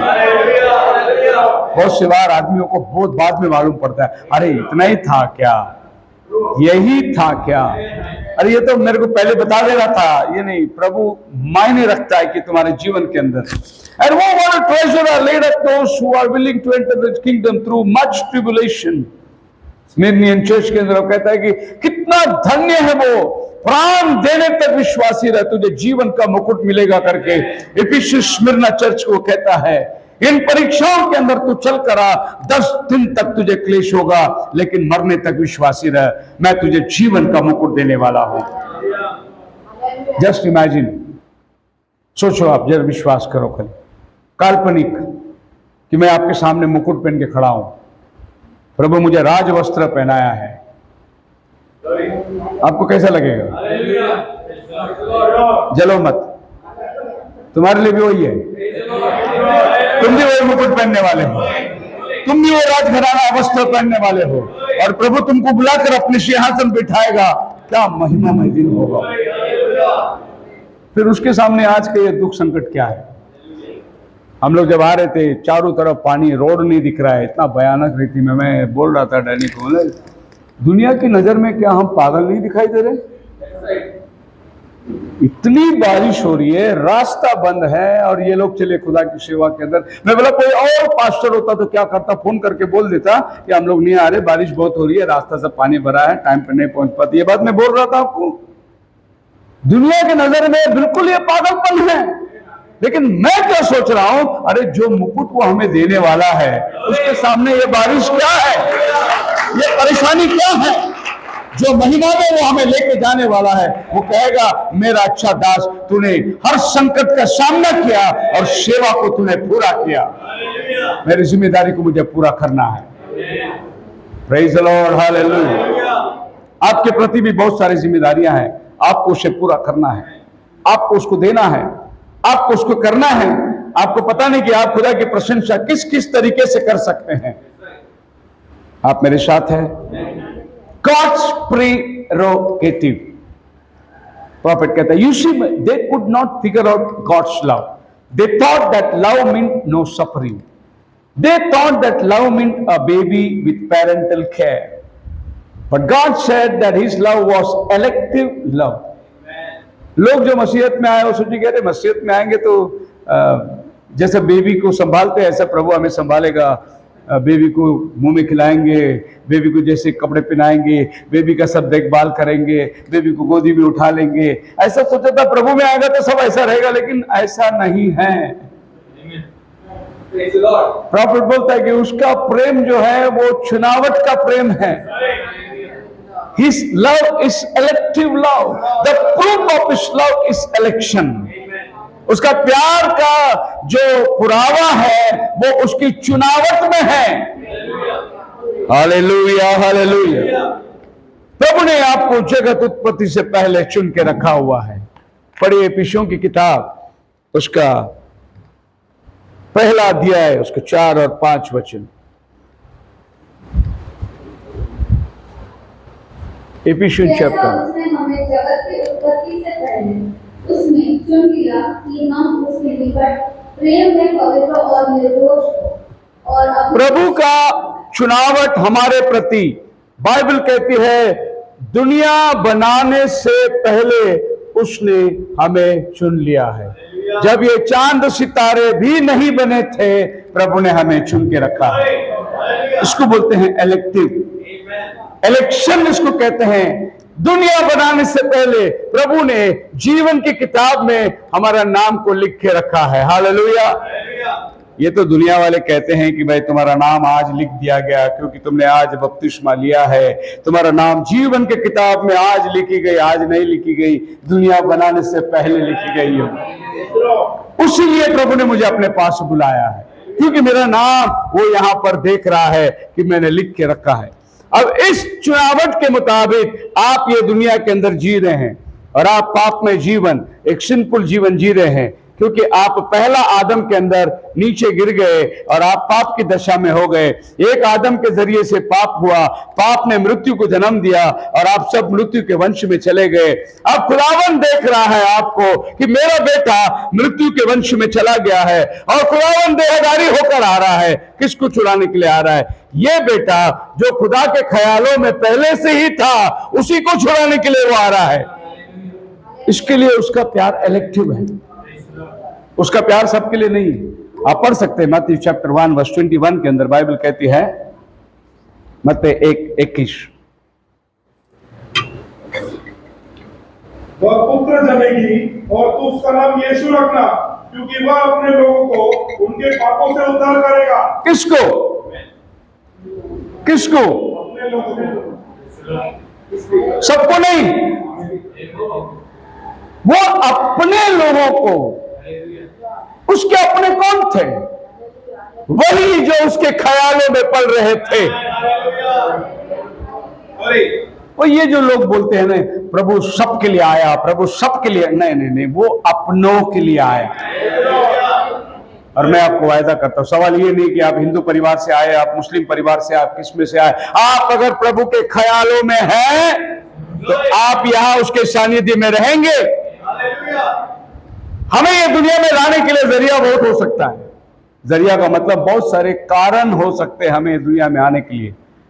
जैसे कि हम लोग एक बीज को जब बोते हैं जमीन पर तो पेड़ निकलता है, डालियां आती है, पत्ते आते हैं और ये पेड़ खिलता है। आखिर में हम क्या देखते हैं कि वो फूल का गुच्छा फल में आता है, और ये बीज जो बोया गया था वो बीज आपको यहां मिलता है। तो सवाल ये है कि ये बीज जब तक मरता नहीं तब तक जीवन नहीं पाता, पर ये सवाल, ये बीज जो है फिर से एक बार पनता है। इस मिट्टी के शरीर में हम लोग नाशवान हो जाएंगे। प्रॉफिट क्या कहता है आगे? Because God has chosen you to salvation through sanctification of the spirit and of his belief. पढ़िए मैथ्यू चैप्टर 10 वर्स 6। प्रभु ने उन 10 को चुना और उनसे कहा, इन 12 को हाँ, यीशु ने यह आज्ञा देकर भेजा, हाँ, अन्य जातियों की ओर न जाना, हाँ, और सामरियों के किसी नगर में प्रवेश न करना, हाँ, परंतु इस्राएल के घराने की खोई हुई भेड़ों के पास जाना। किधर जाना तुम? इस्राएल की। अन्य जातियों के पास मत जाना, यहां वहां मत भटकना, सिर्फ इज़राइल के खोई हुई भेड़ों के पास जाना तुम। सबके पास नहीं भेजा प्रभु ने उनको, सिर्फ खोई हुई भेड़ों के पास उनको भेजा। खोई हुई भेड़ों का मतलब क्या है? पहले हम उसके साथ थे, अब हम लोग खो गए। इसी को बाइबल खोई हुई कहता है। अगर हम उसके ख्यालों में नहीं हैं तो हम खोए हुए नहीं हैं। अगर हम उसके ख्यालों में हैं, थे, तो हम खोए हुए हैं, और हमको ढूंढने के लिए वो नीचे आया। Praise the Lord. कौवे को कितना भी धुलाओ, कितना भी पेंट लगाओ, वो कबूतर बन ही नहीं सकता, क्योंकि वो शुरू ही कौवा है। बकरी को बिरयानी खिलाओ, ऊन नहीं देगी, वो भेड़ का काम है ऊन देने का। तुम कड़वा पेड़ से मीठा फल कभी नहीं पा सकते। जो वो है वो ही वो प्रकट करने वाला है। लेकिन आप और हम पहले परमेश्वर के सानिध्य में थे, बिगड़ गए, पाप की दशा में है। जैसे ही हमको चषक मिला, जैसे ही वो टेस्ट मिला, हम बोले कि हम इस दुनिया वाले लोग नहीं है, और हम लोग अपना रास्ता को मोड़ दिए और हम प्रभु का रास्ता को चुन लिए हैं। ये आपकी अपनी इलेक्टिव लव है। ही may commit you to death as he did Paul. He may commit you to suffering as he did Job. खुदावन आपको पौल की तरह मरवा सकता है। खुदावन आपको अय्यूब की तरह परीक्षा में डाल सकता है। That is his prerogative. ये उसका अपूर्व नियोजक है। He is सोवियन। सोवियन का मतलब वो सब में सब है। वो आपके साथ जो करना है कर सकता है, उसको कोई रोकने वाला, but is all with the purpose. लेकिन ये सब का एक वजह है, एक कारण है। ये सब का कारण शायद आज नहीं समझेगा, लेकिन कारण एक दिन आपको जरूर समझ में आएगा। एक छोटा सा एग्जाम्पल कहता हूं। बहुत साल पहले हमारे साथ एक विश्वासी ब्रदर थे। काम के सिलसिले में हमेशा यहां वहां जाना करते थे। और एक दिन उन्होंने चर्च में प्रार्थना करी। बोली, पास्टर जी, मेरे को बोले, पास्टर जी प्लीज, मैंने टिकट निकाला है, चेन्नई जाना है मुझे, और मैं विंडो के पास गया, बस एक टिकट बाकी नहीं था कि मेरे रिजर्वेशन फुल हो गया और मुझे रिजर्वेशन मिला नहीं। क्या प्रभु मेरी इतनी भी प्रार्थना नहीं सुना? कल मुझे धक्के दुक्की में जाना पड़ेगा। प्रार्थना हो गई, प्रभु का अनुग्रह, जो प्रभु की मर्जी है। और वो बंदा चर्च से घर गया। शाम को कंपनी से फोन आया, अरे ब्रदर आपने टिकट निकाला क्या? बोले, मिला नहीं, मेरे को जनरल में जाना पड़ेगा। अच्छा हो गया नहीं मिला, तुम्हारा कल का प्रोग्राम कैंसिल है। कल का प्रोग्राम। अभी आदमी थैंक यू जीसस, नहीं तो मेरे को वापस टिकट कैंसिल करने को जाना पड़ता था। थैंक यू अभी याद आ रहा है बोलने को। वो टिकट नहीं मिला ना, तभी भी उसने थैंक यू बोलना चाहिए था गॉड को, प्रभु तेरी मर्जी होगी टिकट नहीं मिला, वो जानता है। लेकिन वो टाइम उसको थैंक यू बोल नहीं सका, क्योंकि मन इतना खट्टा हो गया था, इतना दुखी हो गया था। मैं इतना प्रभु के लिए क्या करता हूं, इतना मैं प्यार करता हूं प्रभु के लिए, एक छोटा सा काम प्रभु मेरा नहीं किया करके उसका मन में खेदित था। वो प्रभु को धन्यवाद नहीं बोल सका, लेकिन शाम होते ही प्रभु को उसने धन्यवाद बोला, क्योंकि काम अपने पल्लू में पड़ गया अभी। और हम भी प्रभु को धन्यवाद तब देते हैं जब हमारा काम सफल हो जाए। लेकिन आप दुख और तकलीफ में प्रभु को याद करो। The 12 disciples, apostles, how they were killed. Andrew, he was crucified. क्रूस पर चढ़ाया गया। बार्थोलोमै, उसको मार के क्रूस पे चढ़ाया गया। जेम्स सन ऑफ अल्फायस, पत्थरवार करके मारा गया। जेम्स सन ऑफ ज़ेबेदी, सर काटा गया। जॉन, खौले तेल के अंदर उबलता हुआ उसको अंदर डाल दिया गया, मरा नहीं, बूढ़ा होके वो मरा। जूडस, पत्थरवार करके मार दिया गया। मथ्यू, भाला फेंक के मार दिया गया। पीटर, क्रूस पर उल्टा लटका के मार दिया गया। फिलिप, क्रूस पर चढ़ाया गया। शिमोन, क्रूस पर चढ़ाया गया। थोमा, इसी इंडिया मद्रास के अंदर भाला फेंक के मार दिया गया। मथायास, पत्थर वार करके मार दिया गया। ये सब खुदा से प्यार करने वालों की ये हालत क्यों हुई? What is the purpose? ये लोग उसके साथ साक्षात देखे, साक्षात खाना खाए, साक्षात पुनरुत्थान को देखे, साक्षात उसके साथ 40 दिन ये पृथ्वी में रहे, साक्षात उसको आसमान पर उठा लिए जाने को देखे। इनकी मौत ऐसी क्यों हुई? हम लोग सोच नहीं सकते। खुदा का विचार और उसके ख्यालों को हम सोच नहीं सकते। अरे सर काटा गया इनका। ये वही चेले हैं जो यीशु को कहते हैं, जब समरिया ने सुसमाचार को नहीं माना तो ये प्रभु के पास आके बोलते, आप बोलो तो अभी अग्नि मंगा के हम पूरा गांव को चला डालेंगे। ये वही लोग हैं। पर अब इनकी हालत ऐसी हो गई और प्रभु ने इनको अनुमति दिया। प्रभु ने इसको जान दो। अय्यूब, प्रॉफिट बोलता है, as Job said, he put strength in his, you see himself suffered. He learned obedience by the things that he suffered. He was actually made perfect the things that he suffered. इब्रानी की किताब 5 अध्याय 8 वचन में लिखा है, वो तकलीफ से सिद्ध बनाया गया। सो परमेश्वर उसको ऊपर उठाना चाहता था।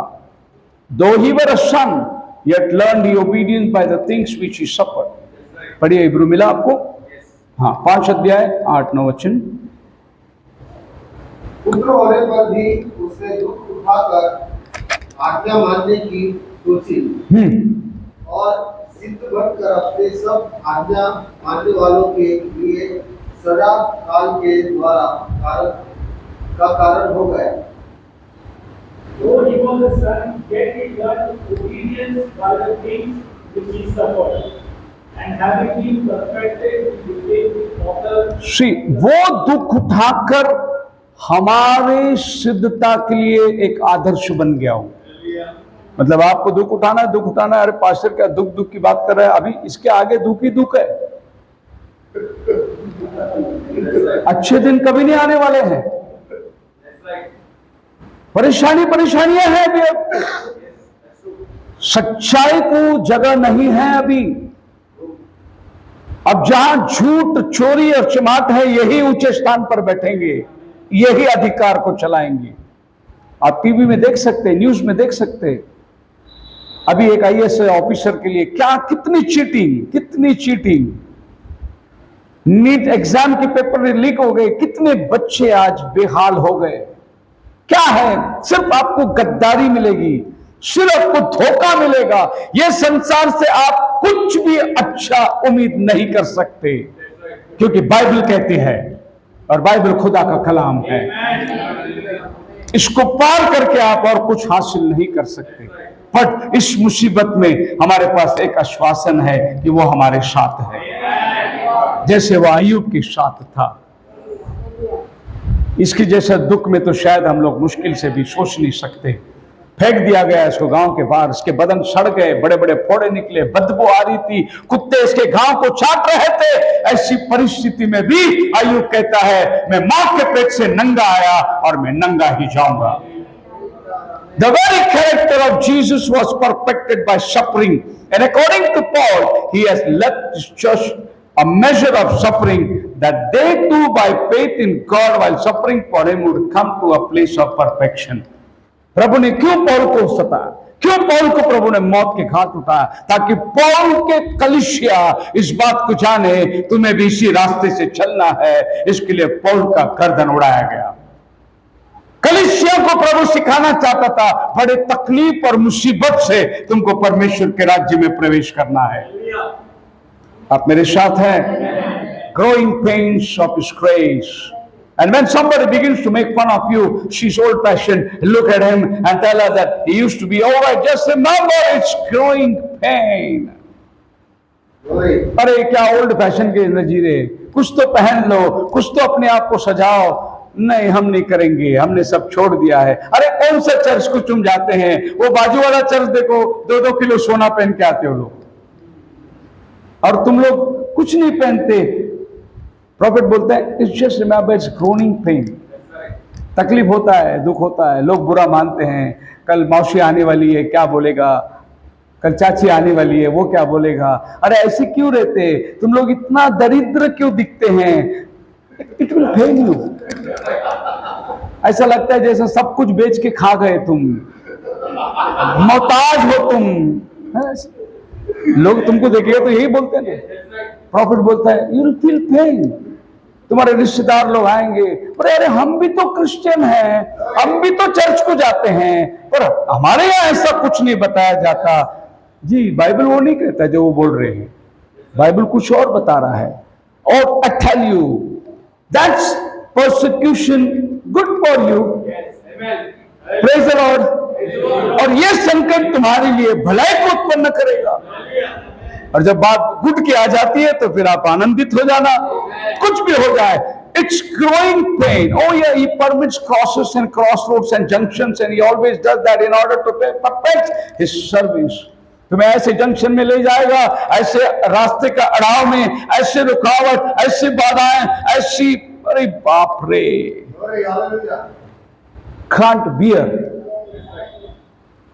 मैं तो ये कहता हूं कि आज के तारीख में एक सज्जन आदमी जो विश्वासी है, यीशु पर भरोसा करने वाला है, वो इवन स्कूटर तक रोड पे नहीं चला सकता। पल पल आपको आके घस के जाएंगे, आपके सामने से क्रॉस करके जाएंगे, और आपको गुस्सा आने के लिए मजबूर करके जाएंगे वो। आज सवेरे चर्च में जाने के टाइम मेरे को भी गुस्सा आ गया, क्योंकि घर में मेहमान थी तो मिसेस खाने पीने बनाने की, मैं बोला देखो मैं निकल रहा हूं, तुम बाद में आ जाना। मैं निकला, गाड़ी निकला, अपना निकला। जैसे मैं हाईवे में टच करने आया, इधर से एक बड़ा वैगनआर वाला आया मेरे सामने।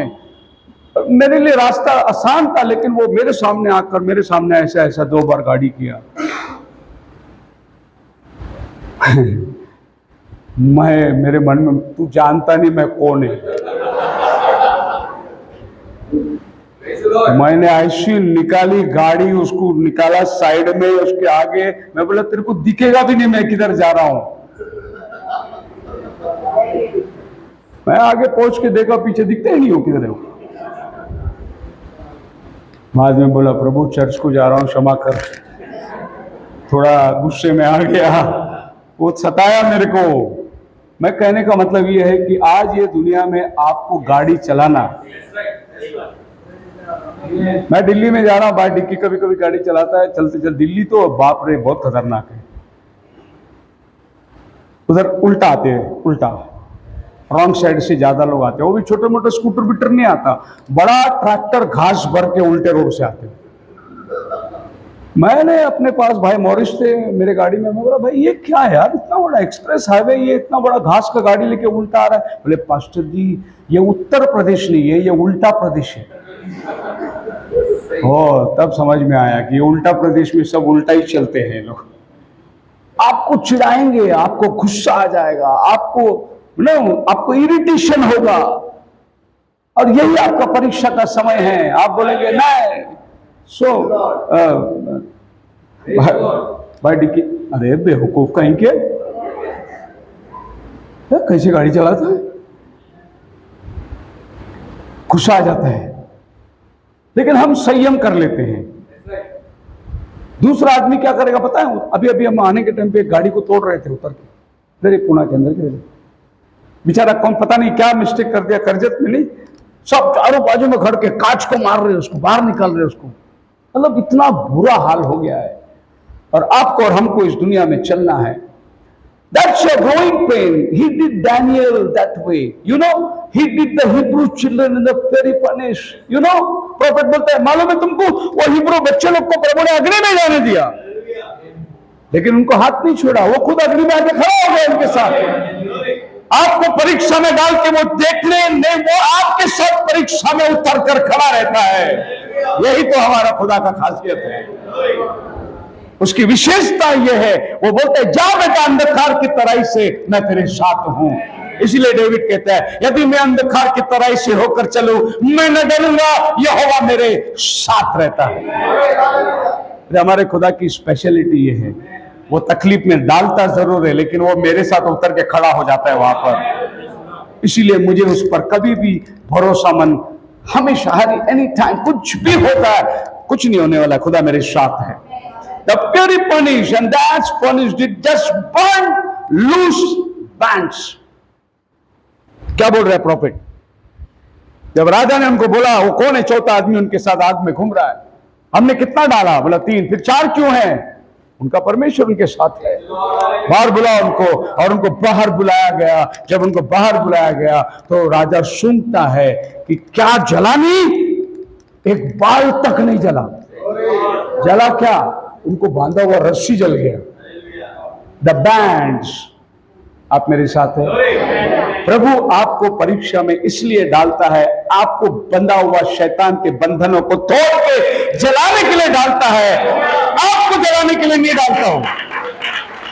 आपका गलती, आपका पाप, आपकी कमजोरी, आपकी दुष्कर्म, उसको जलाने के लिए आपको परीक्षा में डालता हूं, मेरे को जलाने के लिए नहीं डालता हूं। इसलिए जब मैं परीक्षा में जाऊंगा तो यह सोच के जाऊंगा अभी भी मुझे कुछ कमी है, इसलिए प्रभु मुझे डाल रहा है, यह सोच के जाऊंगा मैं। पर प्रभु ने हाथ छोड़ा करके मैं कभी नहीं सोचूंगा। That's the punished it. Just burn the loose bands. Sometimes take files to break the bands of the world of us, take you out of the world. कभी कभी ऐसी परीक्षा की जरूरत है। दुनियादारी जो हमारे अंदर लगा हुआ है, इसको निकालने के लिए प्रभु हमको ऐसी परीक्षा में डालता है। Praise the Lord. आप मेरे साथ हैं? ये दुनिया की परीक्षा और हमारी परीक्षा में फर्क है। हमारी परीक्षा के अंदर हम हमारे परमेश्वर को और करीबी सी जानते हैं। दुनिया में जब परीक्षा हो जाता है वो नास्तिक बन जाता है। वो बोलते हैं खुदा है ही नहीं, मैं इतना प्रॉब्लम में था, किधर था खुदा, मैं इतनी मुसीबत में था, कहां था, मैं वो मंदिर गया, मैं ये मंदिर गया, मैं यहां चढ़ा। ये एक नास्तिक कहता है, उसका विश्वास अलग हो जाता है। लेकिन हम लोग जो नास्तिक थे आस्तिक बन जाते हैं जब हमारे ऊपर परीक्षा बीतती है। Praise the Lord, hallelujah. Is a prophet का कोट से, not unless God permits it. और सबसे बड़ा आश्वासन यह है, जब तक उसकी अनुमति ना हो मेरा बाल भी बाका नहीं होगा, कुछ नहीं होगा, चाहे कुछ भी कैसे भी दिखाई दे। Remember, no matter how great the distress is, Satan cannot take your life until God has finished with you. शैतान तुम्हारा जान निकाल ही नहीं सकता जब तक खुदा का काम पूरा ना हो जाए तुम में। मैं जिंदा हूं, खुदा का काम के लिए जिंदा हूं। अगर मैं जी रहा हूं उसके वजह से जी रहा हूं। ये सांस चल रही है मेरे खुदा के लिए चल रही है। वो ये सांस निकाल नहीं सकता जब तक वो अपना काम नहीं करवाता। फिर शैतान क्या करने वाला है? कुछ नहीं करने वाला है। There is nothing can help you unless God permits it, and there is no evil can come unless God permits, and it's for your good. ऐसा कोई बुराई तेरे डेरे के निकट आ नहीं सकता, अगर आया भी तेरे अच्छे के लिए आएगा। क्या खुदा का वचन आश्वासन देता है। ये दुख भरी दुनिया में, ये पापमय दुनिया में, ये झूठा दुनिया में, ये नश्वर दुनिया में जीने के लिए आज ये वचन आपको आश्वासन देता है। ये संकट अगर तेरे पास आया, तेरे भलाई के लिए आता है। Satan could not take them. Noah could not be destroyed because God had a work for him to do. He could not drown Noah in the flood until the purpose of God has finished. कितना भी बारिश को लाए, पहाड़ की चोटी को मिटा दिया बारिश ने, लेकिन नोहा का जहाज को डुबा नहीं सका, क्योंकि खुदा को उस जहाज में काम करना है। खुदा को फिर एक नई पीढ़ी को लेके आना है, ये उसका पर्पस है। लेकिन उसकी जहाज पानी में डावाडोल कर रही है। अभी डूबेगा क्या, अभी डूबेगा क्या, इतनी जानवरों को लेकर, लेकिन डुबा नहीं सकती, कारण प्रभु को एक पर्पस है उसके लाइफ के अंदर। आपको शैतान कुछ नहीं कर सकता जब तक आपका जीवन में एक पर्पस है।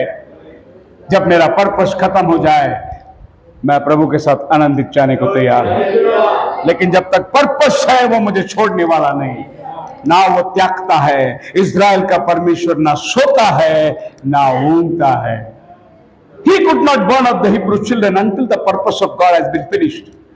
उनको जला ही नहीं सका आग, जबकि राजा ने बोला 7 बार भट्टी को तपाओ, 7 बार इसलिए तपाओ ये जाते जाते भस्म होना चाहिए। नहीं होगा, क्योंकि खुदावन को उन बच्चों के द्वारा काम करना है।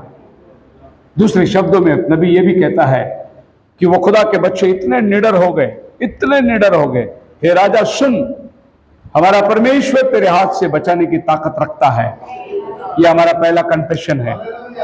लेकिन आज अगर वो ना भी बचाए, अगर वो चाहता है कि हम इस मौत में जाए, फिर भी हम जाने को तैयार हैं। खुदा की मर्जी पूरी हो, पर हम झुकने वाले नहीं हैं। हालेलुया। खुदावन देख रहा है, अरे बच्चों ये क्या कर रहे हो तुम, अरे मरने को तैयार है, कोई बात नहीं, मैं तुम्हारे साथ आता हूं। और वो 4 लोग घूम के प्रभु की स्तुति कर रहे थे अग्नि के अंदर।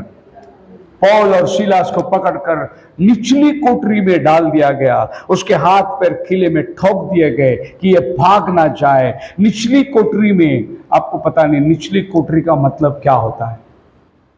निचली कोठरी का मतलब ये होता है, ऊपरी कोठरी में जो कैदी लोग रहते हैं, वो जो पेशाब करेंगे, गंदगी करेंगे, वो सब नीचे वाले कोठरी के ऊपर गिरेगा, क्योंकि उनको इससे भी क्रूर सजा दिया गया है। वो जगह में पौलुस को और सिलास को रखा था।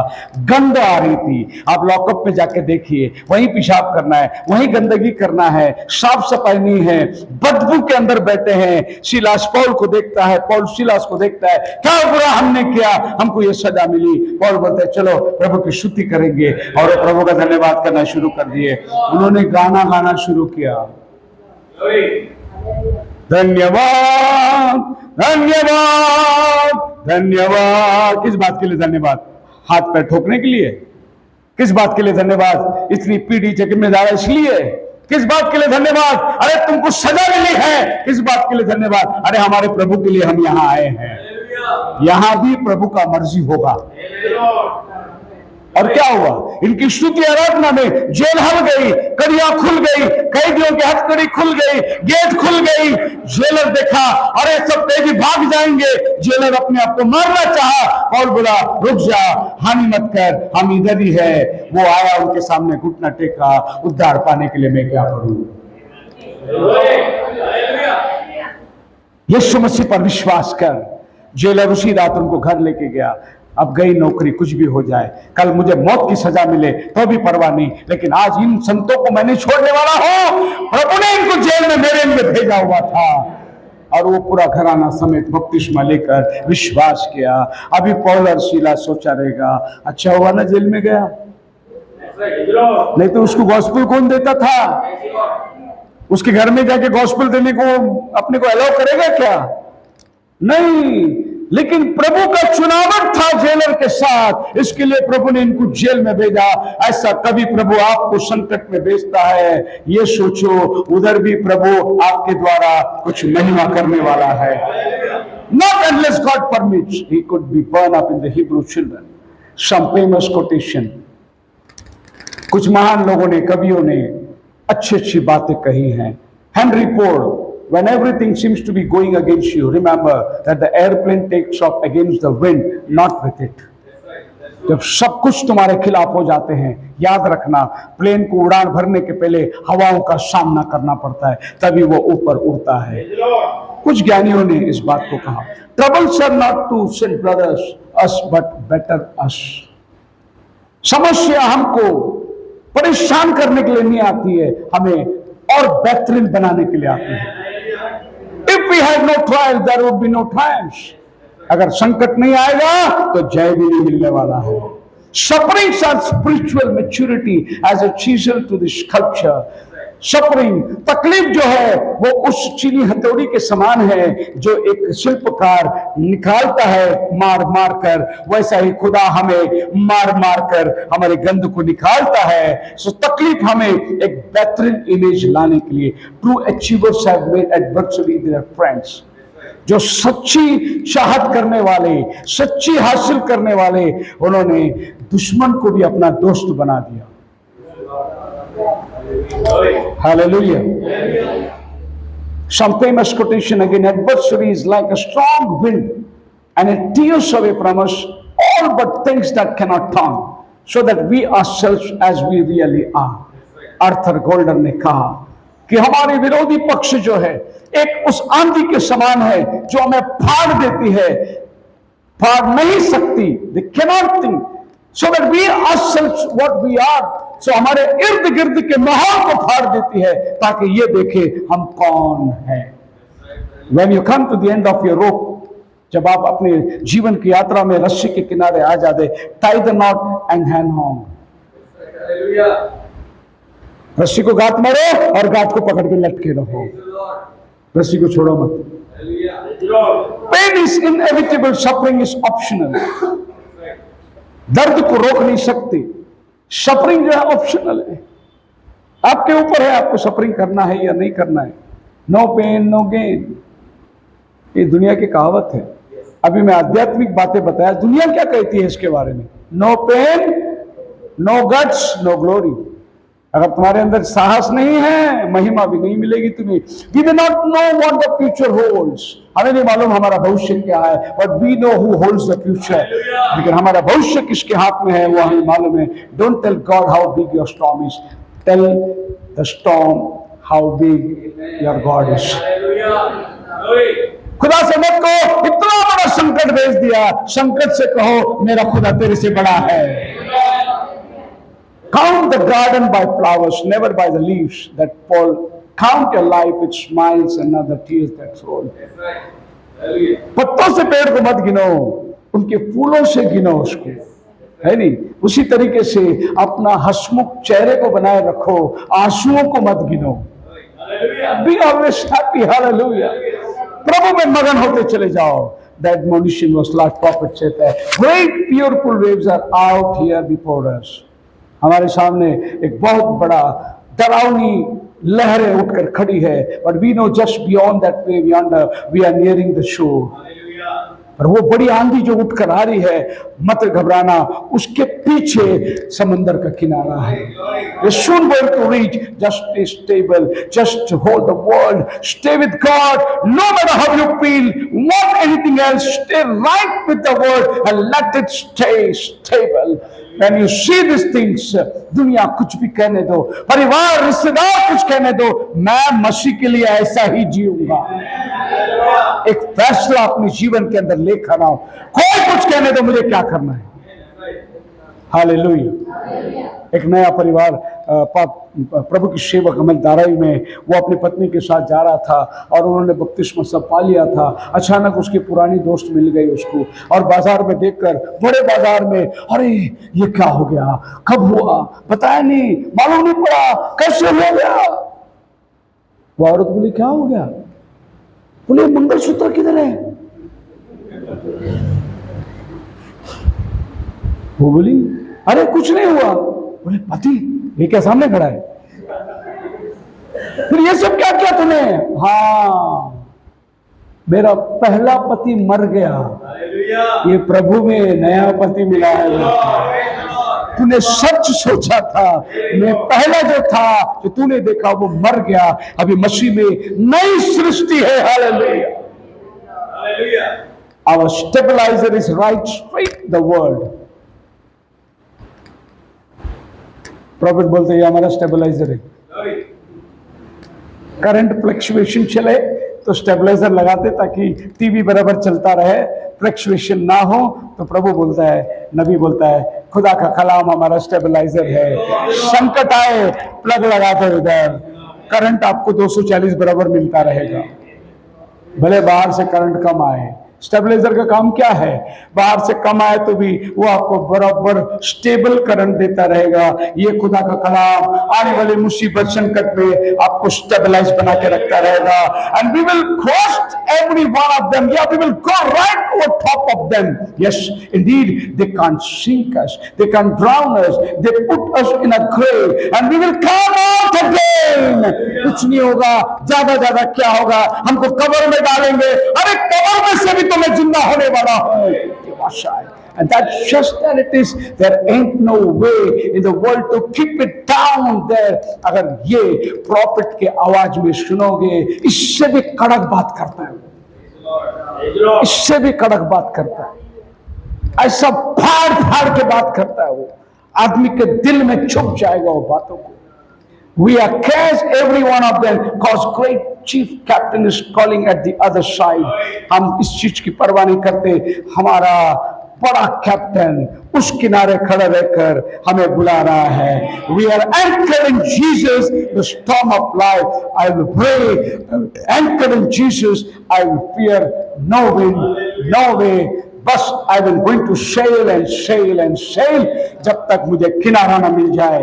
मेरा कैप्टन उधर खड़ा है, मेरा लंगर मेरे कैप्टन के ऊपर रखा हुआ है, मुझे कुछ नहीं होने वाला है। खुदावन आपको बड़ी आशीष दे, प्रार्थना को बचाएगा। सब अपने स्थानों पर खड़े होंगे। तेरे बार खाने से यीशु मैंने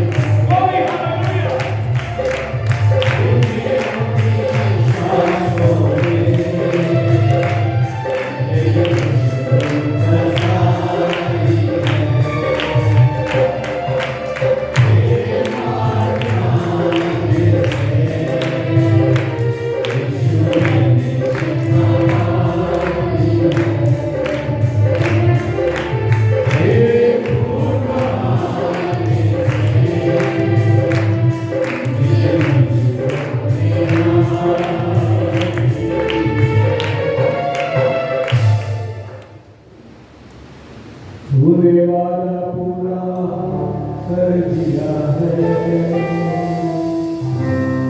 तूने पागल से कर दिया है, तूने वादा पूरा कर दिया है, मुझे पागल से कर दिया है, तूने मेरे कदमों को आसमानी प्रभु मैं गलत रास्ते में जा रहा हूं, मुझे भटक गया था, एक भटका हुआ राही था, पर तूने मुझे अपना मार्ग दिखाया है। आज इस विश्वास के पथ पर तूने मुझे लेकर आया। चाहूंगा हमारे बीच में तेरा विश्व के बारे में आखिरी बात मैं हरदम यीशु जी तेरी हमदो सना, ये मेरा वायदा है खुदा के साथ। मैं हरदम यीशु जी तेरी हमदो सना,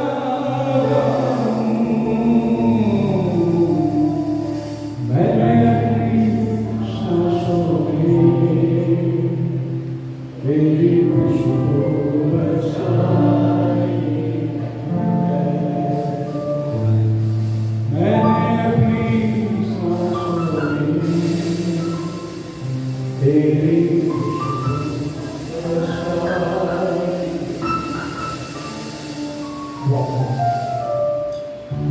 हालेलुया, हालेलुया। हे हमारे अच्छे स्वर्गीय पिता, हम तेरा धन्यवाद करते हैं प्रभु कि आज तो हमारे बीच में उपस्थित हो। हालेलुया, मेरे पिता तेरा धन्यवाद करते हैं कि तू आज तूने हमसे बात करी। आज तूने प्रभु हमारे मनों को फिर से खोला प्रभु। धन्यवाद मेरे पिता, आज फिर से तूने अपने वायदे हमें याद कराए। सच बात है मेरे पिता कि एक माँ अपने दूध पीते बच्चे को छोड़ सकती है, लेकिन तू हमें कभी नहीं छोड़ता मेरे पिता। तेरा धन्यवाद करते हैं मेरे पिता, तेरा धन्यवाद करते हैं प्यारे यीशु राजा कि तूने प्रभु हमें अपने विचारों में पाया प्रभु यीशु राजा। आज मेरे पिता प्रभु इस बड़े इलेक्शन के लिए हम क्या ही कह सकते हैं प्रभु, हम सिर्फ हाँ और आमीन कह सकते हैं। और हम तेरा धन्यवाद करते हैं प्रभु कि तूने ये भाग्य हमारे लिए रखा प्रभु। हम तेरे शुक्रगुजार हैं प्रभु, हम तेरा धन्यवाद करते हैं प्रभु क्योंकि तू सच में कृपा में धनी है। ओ मेरे पिता तेरा धन्यवाद करते हैं प्रभु कि तू हमें कभी प्रभु छोड़ता नहीं प्रभु, कभी हमें तजता नहीं मेरे यीशु राजा। हम तेरा धन्यवाद करते हैं प्रभु यीशु राजा। आज की रात में प्रभु यीशु राजा तूने हमारे बीच में आकर अपने स्वर्गीय सिंहासन पर छोड़कर अपने बच्चों से बात करी। हम तेरा धन्यवाद करते हैं, तूने हमारे बीच में प्रभु यीशु राजा हमारे विश्वास की बढ़ोतरी करी। हम तेरा धन्यवाद करते हैं, एक नई हिम्मत दी फिर से प्रभु इस जीवन को जीने की, एक नई रास्ता दिया प्रभु कि हम कैसे प्रभु इस दुख और मुसीबत और इस दुनिया में प्रभु विश्वास पे चलते हैं प्रभु। तेरा धन्यवाद करते हैं प्रभु। आज प्यारे पिता प्रभु यीशु राजा तूने हम सब पर प्रभु यीशु राजा फिर से प्यारे यीशु राजा उस नई वाचा में बांधा है प्रभु जो तूने अपना लहू क्रूस पे बहाया था। तेरा धन्यवाद करते हैं। आज मेरे पिता प्रभु यीशु राजा आज तूने हम पर अपनी दया करी। हम तेरा धन्यवाद करते हैं। बहुत ही आशीषित लोग हैं प्रभु यीशु राजा जिनसे तू अपने वचनों से बात करता है। ओ मेरे पिता ये भाग्य कितने लोग तक नहीं हो सका, कितने लोगों ने शाम तुमने प्रभु इस जगह को चुना कि तू अपने मन की बातें प्रकट कर सके। हम तेरा धन्यवाद करते हैं। आज मेरे पिता प्रभु यीशु राजा, जैसे प्रभु यीशु राजा तूने यहाँ पर आने की प्रभु यहाँ के लोगों को कृपा करी, वैसे तू जाने की कृपा कर। मेरे पिता प्रभु यीशु राजा तू दया कर कि ये वचन हमारे साथ जाए। हमारे जीवन में प्रभु, ये हमारे दिमाग में प्रभु दिल की पत्रों पे लिखा जाए कि तू कैसे हमारे साथ है प्रभु। कैसे ये सारे दुख मुसीबत और संकट हमारे लिए प्रभु एक रास्ता है और भी तुझे करीब से जानने के लिए, और भी तेरे करीब से चलने के लिए प्रभु यीशु राजा तू दया कर प्रभु। इस शाम के लिए आज फिर से तेरा धन्यवाद करते हैं। इस प्रार्थना को यीशु नाम में मांगते हैं।